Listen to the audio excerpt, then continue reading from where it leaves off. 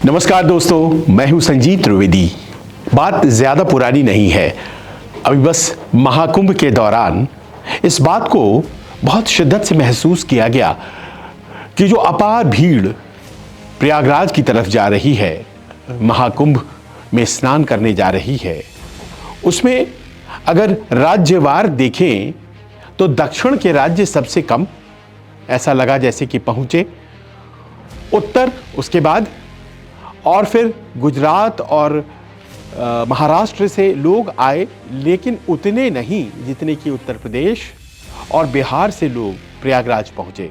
खास तौर पर बिहार से प्रयागराज पहुंचने वालों की जो तादाद थी वो सबसे ज़्यादा थी। अगर किसी एक राज्य से सबसे ज़्यादा आस्था के इस मेले में पहुंचा तो वो बिहारवासी थे। इस बात को तब और भी ज़्यादा एक नए तरीके से देखा गया जब पाया ये गया कि जितनी भी घटनाएं हो रही थी उसमें हताहतों की जो संख्या थी वो बिहार के लोगों की ज़्यादा थी। ऐसे में जाहिर है कि इतनी बड़ी तादाद में लोगों का प्रयागराज पहुंचना और जिस तरह से गंगा मैया में स्नान कर, संगम में स्नान कर लोगों को ये लग रहा था कि एक ऐसा ओकेजन है जिसमें कि हमें शिरकत करना ही है, भाग लेना ही है, और जिस तरह से वो भावना और आस्था का संचार दिखाई पड़ रहा था, इस बात को बहुत आसानी से महसूस किया जा सकता था कि बिहार वासियों की खास तौर पर महाकुंभ में बहुत ज़बरदस्त आस्था है। लेकिन किसी को उस वक्त इस बात का शायद ही इल्म रहा हो कि ये एक ऐसा फैक्ट है जो आने वाले दिनों में शायद चुनाव में भी इस्तेमाल किया जा सकता है। और वो इसीलिए क्योंकि बिहार में ख़ास तौर पर जो सामाजिक संरचना है उसमें ज़्यादातर कोशिश बिहार को, चुनावी चश्मे को जाति के हिसाब से देखने की होती है। जो बिहार का चुनावी चश्मा है वो जाति है, जाति के हिसाब से लोग देखते हैं। वहाँ ख़ास तौर पर बैकवर्ड और फॉरवर्ड की राजनीति चलती है ज़्यादा, और कहा यही जाता है कि जो मंडल कमीशन बना तो उस कमीशन के मुखिया थे बीपी मंडल, जिन्होंने बिहार से ही थे। उन्होंने मंडल कमीशन की रचना की, 10 साल बाद उसे लागू जब किया गया और देश की राजनीति बदल गई, मंडल और कमंडल में विभक्त हो गई। और मंडल कमीशन बिहार से चूँकि आते थे बीपी मंडल, तो जाहिर है कि वहाँ सबसे ज़्यादा मंडलाइजेशन हुआ पॉलिटिक्स का, और पाया ये गया कि वहाँ की जो राजनीति है तमाम दूसरी जगहों पर भले ही भारतीय जनता पार्टी और उसकी विरोधियों में इस बात को लेकर के संघर्ष होता है कि हिंदू वोट बैंक किसका है और जिसके पास नहीं है उसके पास कौन सा वोट बैंक है, लेकिन बिहार में जातीय गुणागणित ही चला करती थी। लेकिन इस बार ऐसा लग रहा है कि जैसे जैसे बिहार 2025 चुनाव की तरफ बढ़ रहा है, चीज़ें बहुत तेज़ी से बदलती चली जा रही हैं, और इस बात को महसूस किया जा सकता है उन बयानों में, उन गतिविधियों में जो आज की तारीख में हमारे आपके सामने हैं। मैं आपको इस बारे में भी बताऊंगा कि किस तरह से इसकी तैयारी थोड़ी पहले शुरू हो गई थी, और आज की तारीख में जो बयान सामने आ रहे हैं पूर्वांचल में और ख़ास तौर पर बिहार में, वो अपने आप में आपको ये महसूस कराएंगे कि कहीं ऐसा तो नहीं है कि जो चुनाव का पैटर्न जातीय गुणागणित के ज़रिए था वो सांप्रदायिक मोड़ ले चुका है। आप जातीय गुणागणित के ज़रिए चुनाव जीते या सांप्रदायिक मोड़ देकर जीते, लोकतंत्र तो जीतता नहीं है, ये बात हकीकत है। लेकिन अपने आप में जो सच्चाई है ठोस धरातल पर, उसको अगर देखा जाए तो पाया यही जाता है कि उत्तर प्रदेश में ख़ास तौर पर इस बात को ज़्यादा अहमियत मिलती है कि जातीय कार्ड से ज़्यादा वहाँ चलता है धार्मिक कार्ड। हालांकि जातीय कार्ड और धार्मिक कार्ड साथ साथ चलते हैं, लेकिन धार्मिक कार्ड को महत्व मिलता है और जातीय कार्ड उसी में फिट रहता है, यानी कि जो कमंडल है वो मंडल को अपने में समाहित कर लेता है। लेकिन बिहार में तो मंडल का ज़्यादा जोर रहता है। पर अब ये देखा जा रहा है कि पूर्वांचल से लेकर बिहार तक जिस तरह से बयान सामने आ रहे हैं लोगों के, और जिस तरह से वहाँ की सियासत एक मोड़ ले रही है, लग ये रहा है कि चुनाव की तरफ बढ़ते बिहार में कुछ नए राजनीतिक समीकरण गूंथने की कोशिशें हो रही हैं। पहले कुछ बयानों को सुन लीजिए। मुस्लिमों को अपील कर रहे हैं आप होली के दिन? निश्चित रूप से जुम्मा के दिन ही होली है और साल में 52 जुम्मा होता है। एक जुम्मा मुस्लिम बंधु नहीं मनावें और घर पर रह कर के ही धार्मिक अनुष्ठान करें। चूँकि रंग लग जाने से, अबीर लग जाने से वातावरण माहौल ख़राब होता है। वही लोग कहते हैं कि गंगा जमुना संस्कृति है, भाईचारा है, तो उस दिन पड़ रहा है। बड़ा दिल हो तो बाहर निकलें, अन्यथा घर में रह कर के हिंदुओं को मनाने दें होली उस दिन। लेकिन बिजनेस तो वो लोग करते हैं ना, रंग अबीर बेचते। बिजनेस करते हैं लेकिन लगाने पर कहते हैं कि दो जग के आग में जलना पड़ेगा। तो ये डबल स्टैंडर्ड है, ऐसा नहीं होना चाहिए। ये तो मुसलमानों को तय करना है ना, क्योंकि भाई जब होली होती है तो उनको दिक्कत, रामनवमी होती है तो उनको दिक्कत, दुर्गा पूजा होती है तो उनको दिक्कत, तो हम लोग के साथ इलाज कराने में भी हो सकता है उनको कोई दिक्कत हो। तो मैं तो मांग करती हूँ महाराज जी से, कितना खर्चा हो रहा है तो एक कमरा बना ही दिया जाए और एक बिल्डिंग, एक तरफ विंग बना दी जाए कि आप जाके अपना इलाज वहाँ करा लो भैया, हमारे साथ अगर आपको रहने में दिक्कत है तो, क्योंकि हमारा इलाज तो होना ही होना है और अच्छे से होना है। मुख्यमंत्री से मांग करेंगे? बिल्कुल, निश्चित तौर पर आपके चैनलों के माध्यम से मांग आज कर ही देती हूँ कि दिवाली के मौके पर जब मेडिकल कॉलेज बन रहा है तो एक अलग विंग उन लोगों के लिए बना दी जाए, ताकि हम भी सुरक्षित रहें, अपने आप को सुरक्षित महसूस करें, ना जाने किस पे क्या चीज़ थुक थुका के हम लोग को मिल जाए, तो उस सब से भी हम लोग बच जाएंगे। केतकी सिंह बलिया से हैं, उनके यहाँ अस्पताल बनना है। वो चाहती हैं कि हिंदू और मुसलमानों के अलग अलग ब्लॉक्स बन जाएं। जाहिर है ये संभव नहीं है और शायद हो भी नहीं, लेकिन वो बोलकर जिस भावना का संचार करना चाहती हैं वो बलिया, और बलिया से कुछ ही किलोमीटर का फासला है बिहार बॉर्डर का, वो दूर तक जाएगा बिहार में।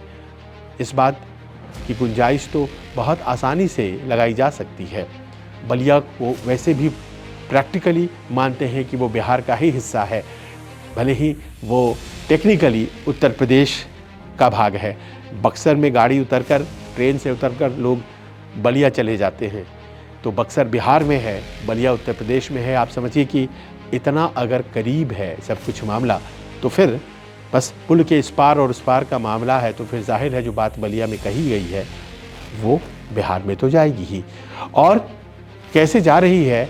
हरिभूषण ठाकुर बचौल जो विधायक है बिस्फी के, मधुबनी से आते हैं, उनको भी आपने सुना। वो ये बात कहते नज़र आ रहे हैं जो उत्तर प्रदेश में खूब चल रही है कि जिन्हें लगता है कि वो बर्दाश्त नहीं कर पाते हैं तो वो अंदर ही रहें, होली के दिन न निकलें। उत्तर प्रदेश में ये चर्चा चल रही है। एक पुलिस अधिकारी ने जब से ये बात कही है, अब इस तरह की बातों को जाहिर है कि जवाब तो देना पड़ेगा। तो तेजस्वी यादव भी सामने आ रहे हैं, तमाम दूसरे नेता भी सामने आ रहे हैं, और इसी बात पर अब चैलेंज एक दूसरे को किया जा रहा है। तेजस्वी की बात भी सुनिए। कि आज जिस तरीके से भाजपा के एक विधायक ने, जिसका नाम बछौल है, उसने बयान दिया है मुसलमान भाइयों के प्रति कि भाई मुसलमान भाई जो हैं होली में बाहर ना निकले। ये कौन बछौल या उनके पिताजी के बाप का राज है क्या? ये है कौन बछौल? कैसे इस तरह का बयान दे सकता है? और सरकार के मुख्यमंत्री कहाँ है? अचेत अवस्था में है। मुख्यमंत्री अचेत अवस्था में है। महिला जब अपने अधिकार और सम्मान के लिए बात उठाती है तो महिलाओं को डांट देते हैं, अति पिछड़ा महिलाओं को डांट देते हैं, दलित महिलाओं को डांट देते हैं। है हिम्मत मुख्यमंत्री को बछौल को बुला करके डांटने की? कहाँ गायब है भाई मुख्यमंत्री? अचेत अवस्था में लगे हुए, कोई मतलब नहीं। पूरे संघ और भाजपा के रंग में जनता दल यूनाइटेड आ चुकी है। यह देश गंगा जमुना तहजीब को मानने वाला देश है, राम और रहीम को मानने वाला देश है। ये बिहार है बछौल, समझ लो तुम। यहाँ एक मुसलमान भाइयों की रक्षा 5-5, 6-6 हिंदू करेंगे। और यही नहीं, तुम जैसे, तुम्हारे बाप तो गड़िया जैसे बहुत लोग आए, सब लोगों को बिहार ने निपटा दिया। तुम जो चाहते हो दंगा फसाद कराना, भले ही हमारी सत्ता रहे या ना रहे, जब तक हमारी पार्टी और हमारे लालू जी के विचारधारा को मानने वाले लोग हैं, देश के संविधान को मानने वाले लोग हैं, तब तक जो है इनके एजेंडा को हम लोग कामयाब होने नहीं देंगे। सबक सिखा दिया जाएगा इन लोगों को, बोले ना। और सिर्फ तेजस्वी ही नहीं, बाकी लोग जिस तरह से बातें कह रहे हैं, तो इसमें हो ये रहा है कि एक तरफ ये बात कहने वाले लोग, दूसरी तरफ उस बात का विरोध करने वाले लोग।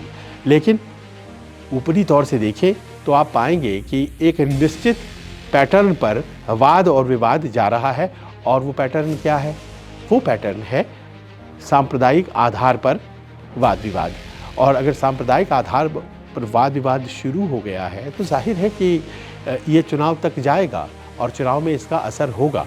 बिहार में भीषण एक जो सांप्रदायिक दंगे हुए थे वो 1989 में भागलपुर के दंगे हुए थे। सब लोगों को उसके बारे में पता है। उतना बड़ा दंगा बिहार में उसके बाद नहीं हुआ।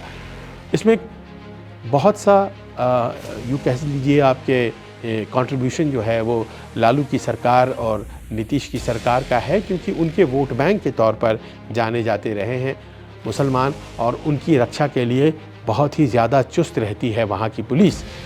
और जाहिर है कि अगर वो नहीं हुआ है तो उसमें पुलिस ने अपना जोर लगाया ही है। लेकिन दूसरी तरफ ये भी आपको बताना ज़रूरी है कि ऐसा नहीं है कि दंगे नहीं होते हैं, बिहार में खूब होते हैं। वो नालंदा में हो, वो रोहतास में हो, और आपको इस तरह के कई उदाहरण मिलते रहेंगे कि छोटे छोटे दंगे हमेशा होते ही रहते हैं जिन्हें दबा दिया जाता है। तो वहाँ जो सांप्रदायिक ज़मीन है उसे मजबूत नहीं होने दिया गया। ये कोशिश रखी गई कि भाई इस तरह की जो सियासत है वो बिहार में कम से कम ना हो। बिहार तो समाजवादियों का है, बिहार में नियमतः जातीय राजनीति चला करती है, इस तरह की बातें यहाँ नहीं होंगी। लेकिन एक अगर आप फहरिस्त देखें तो आप पाएंगे कि बिहार में सांप्रदायिक राजनीति 2025 के चुनाव के पहले आए, उसकी कोशिश भी थी।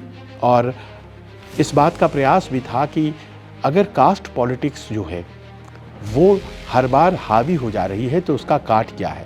आपको मैं गणित भी बताऊंगा कि कास्ट पॉलिटिक्स में किस तरह से कितनी जातियां कहाँ हैं और उस हिसाब से सांप्रदायिक काट के अपने मायने जो हैं वो क्या हैं। लेकिन उसके पहले आपको हम बताना चाहेंगे कि देखिए, गिरिराज जी ने, जो कि केंद्र में मंत्री हैं, गिरिराज सिंह, हिंदू स्वाभिमान यात्रा उन्होंने अक्टूबर के महीने में, आपको याद होगा, शुरू कर दी थी सीमांचल में।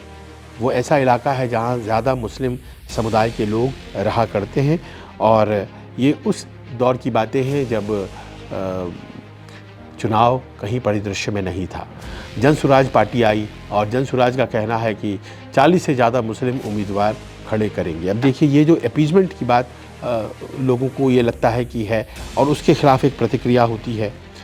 एक सांसद, आपको याद होगा, सीतामढ़ी के जीत करके आए जनता दल यूनाइटेड की टिकट पर, देवेश चंद्र ठाकुर, तो उन्होंने कहा था कि हम मुसलमान और यादवों का काम नहीं करेंगे, आप हमें वोट नहीं देते हैं, आपका काम हम नहीं करेंगे। बड़ी चर्चा में आई थी ये बात। लोकसभा चुनाव जब हुए थे और ख़त्म हुए थे तो उसके बाद ये बात सामने आई थी। मुझे याद है 4 मई को प्रधानमंत्री मोदी दरभंगा में थे।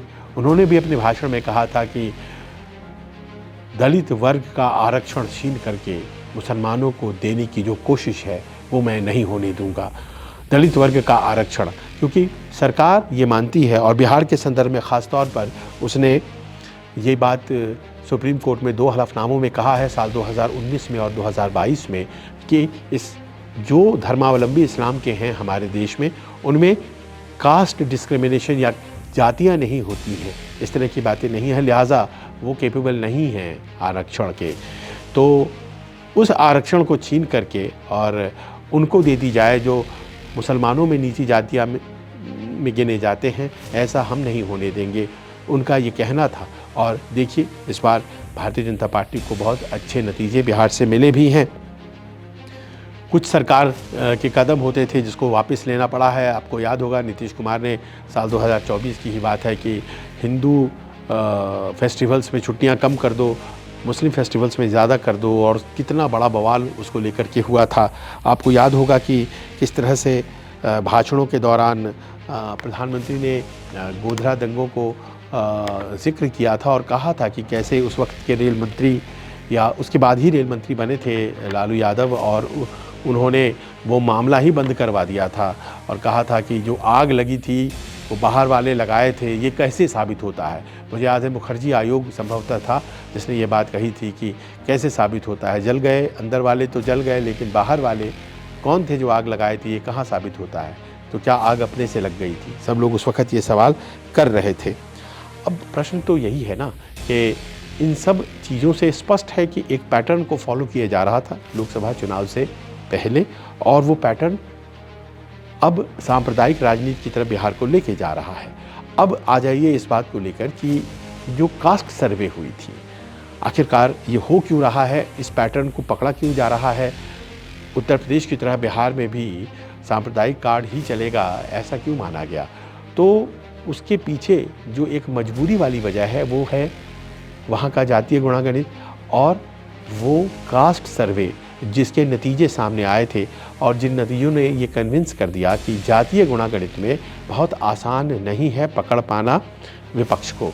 हालांकि जातीय गुणागणित में जब तक नीतीश भारतीय जनता पार्टी के साथ हैं तब तक कहा यही जाता था कि पलड़ा भारतीय जनता पार्टी का ही मजबूत रहेगा, लेकिन अब दिक्कत ये भी हो रही है कि नीतीश का अपना जो एक चमक है वो कम हो रहा है, और दूसरी तरफ ये भी है कि भारतीय जनता पार्टी अब अपने दम पर वहाँ पर अपनी स्थिति को मजबूत करने की कोशिश कर रही है। लिहाजा वो कास्ट सर्वे के जो डेटा हैं उनके आधार पर काम कर रही हो तो बहुत आश्चर्य की बात नहीं है। कास्ट सर्वे जो हुआ था उसमें ये बात समझ में आई थी लोगों को कि 36% ओबीसी हैं और 36% ईबीसी हैं, यानी कि अति पिछड़ा, जिसके नेता माने जाते हैं नीतीश कुमार हैं, और ओबीसी 27%, जिसके नेता कहा यही जाता है कि वो लालू यादव की पार्टी। हालांकि लालू यादव की पार्टी तो पूरे समाज ओबीसी का नेता अपने आप को कहते हैं, लेकिन नीतीश जी की राजनीति में उसको तोड़ा गया और कहा गया कि एक ओबीसी है, एक ईबीसी है, एक पिछड़ा है और एक अति पिछड़ा है, और अति पिछड़ा की आबादी ज़्यादा है और उसे कभी रिप्रेजेंटेशन नहीं मिलता है। लिहाजा हम अपना रिप्रेजेंटेशन खुद गढ़ेंगे, और नीतीश ने आकर इस टूट को और ज़्यादा पुख्ता किया। उसी तरह से जैसे उन्होंने दलित में 22 जातियों में से 21 जाति को महादलित कर दिया और एक जाति पासवान को उन्होंने दलित बताया और वहाँ भी विभेद कर दिया। तो आंकड़े जब आए कास्ट सर्वे के तो उन्होंने कहा कि यहाँ पर तो 36% ईबीसी हैं और ओबीसी 27% हैं। यहाँ जो शेड्यूल कास्ट हैं दलित, उनकी आबादी 19% है और जनरल कास्ट मात्र 15% है। जनरल कास्ट माना ये जाता है कि भारतीय जनता पार्टी का वोट बैंक है, लिहाजा उसके पास 15% वोट भी नहीं है, क्योंकि इसमें से 5% general caste upper caste Muslims के हैं, यानी कि मात्र 10%। तो एक तो जातियों में फैलना है, ये बहुत बड़ी बात है कि जातियों में किस तरह से फैलना है, क्योंकि सब जाति पर किसी न किसी का कब्जा है। आप ईबीसी में जाएंगे तो नीतीश बाबू की बात है, ओबीसी में जाएंगे तो वहाँ पहले से लालू यादव बैठे हुए हैं, तो ऐसे दलितों में जाएंगे तो वहाँ पर पासवानों के बीच रामविलास पासवान की पार्टी, चिराग पासवान की पार्टी बैठी हुई है, दूसरी जातियों के भी अपने अपने नेता हैं। इन सबको एक सूत्र में कैसे पिरोया जा सकता है?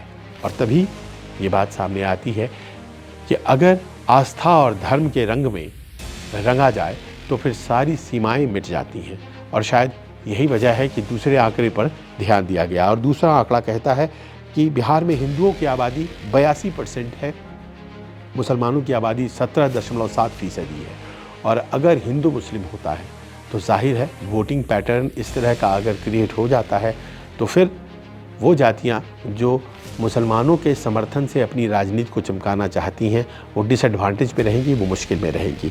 82% और 17.7%, ये आंकड़ा जो सामने आया सर्वे का, इस आंकड़े ने ऐसा लगता है कि भारतीय जनता पार्टी को नए तरीके से सोचने को मजबूर किया, और आज की तारीख में उस नई सोच को हम कार्यान्वित होते देख रहे हैं।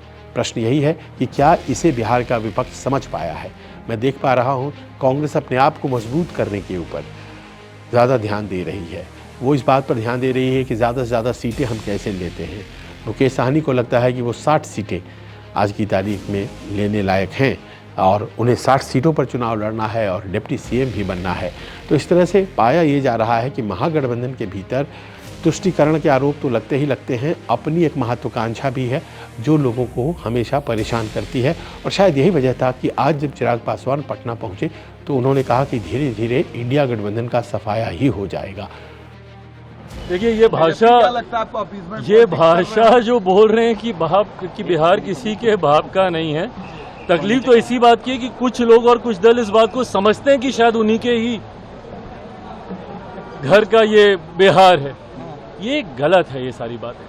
देखिए हर धर्म को और खास तौर पर हिंदू त्योहार का तो मतलब ही यही रहा है कि हर कोई मिलजुल कर इन त्योहारों को मनाता रहा है।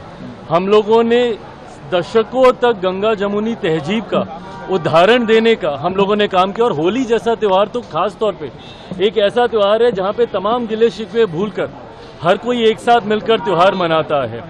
ऐसे में जो भाजपा के विधायक भी कह रहे हैं उसके पीछे की सोच भी यही है कि हर कोई मिलजुल कर मनाए, किसी को तकलीफ है तो भाई अपना आगे पीछे सोचे, बट उसमें पुनः उसका इंटरप्रिटेशन गलत तरीके से निकाल कर जो राजद के लोग हैं वो जो धार्मिक असंतुलन फैलाने का प्रयास करते हैं, तुष्टीकरण का प्रयास करते हैं, ये गलत है।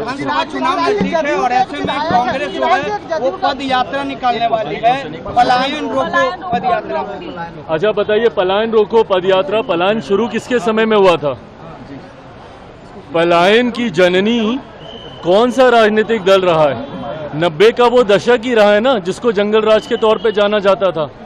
जब वो पलायन का जिक्र करते हैं, पलायन रोको की बात करते हैं, भाई हमारे मुख्यमंत्री ने तो कहा कि उनका सपना है और वो चाहते हैं कि बिहार से न सिर्फ पलायन रुके बल्कि जो लोग पलायन कर कर गए हैं वो वापस अपने राज्य में आए। बिहार फर्स्ट, बिहारी फर्स्ट के माध्यम से मैं ये कहता हूँ कि एक दिन हम लोग को ऐसे विकसित बिहार का निर्माण करना है और करना ही होगा, और ये होगा ही जब न सिर्फ बिहार से पलायन रुकेगा बल्कि जो लोग पलायन कर कर गए हैं वो अपने राज्य में वापस आएंगे। पर ये टिप्पणी कांग्रेस किसके प्रति कर रही है? राजद के प्रति ही कर रही है ना, जिनके समय में सबसे ज्यादा पलायन हुआ था। आज मैं भी देश के कोने कोने में जाता हूं, वहां पर जब बिहारी मिलते हैं वो मजबूर हुए हैं बिहार को छोड़कर दूसरे राज्यों में जाने के लिए। जब मैं विदेश की यात्रा पे भी जाता हूं, वहां पे भी खास तौर पर बिहारी डायस्पोरा से इंटरेक्ट करता हूं, उनसे मुलाकात करता हूं, और उनका वो दुख मुझे उनकी बातों में दिखाई देता है कि किन परिस्थितियों में उनको अपना प्रदेश छोड़कर दूसरे देशों में जाना पड़ा, और आज पीढ़ियां वहीं पे बस के रह गई हैं, अपने ही राज्य में प्रवासी कहलाते हैं। तो जब कांग्रेस ये बात कहती है तो सीधा निशाना कहीं ना कहीं ये राजद पर ही है। और इस बात को मैं कई बार कह चुका हूं, पुनः दोहराता हूं कि ये महागठबंधन का जो स्वरूप चुनाव से पहले अभी दिख रहा है, संभवतः ये स्वरूप चुनाव में हम लोग को देखने को नहीं मिलेगा।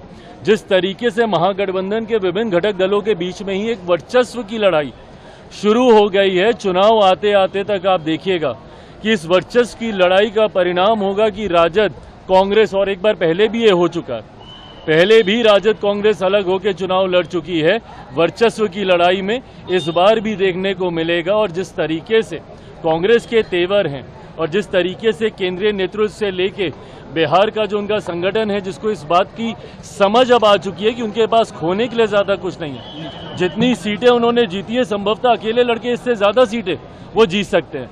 तो ऐसे में कांग्रेस और राजद एक साथ मिलकर चुनाव लड़ेंगे। मुझे ऐसा नहीं लगता चुनाव आते आते तक महागठबंधन पूरी तरीके से खंडित हो जाएगा।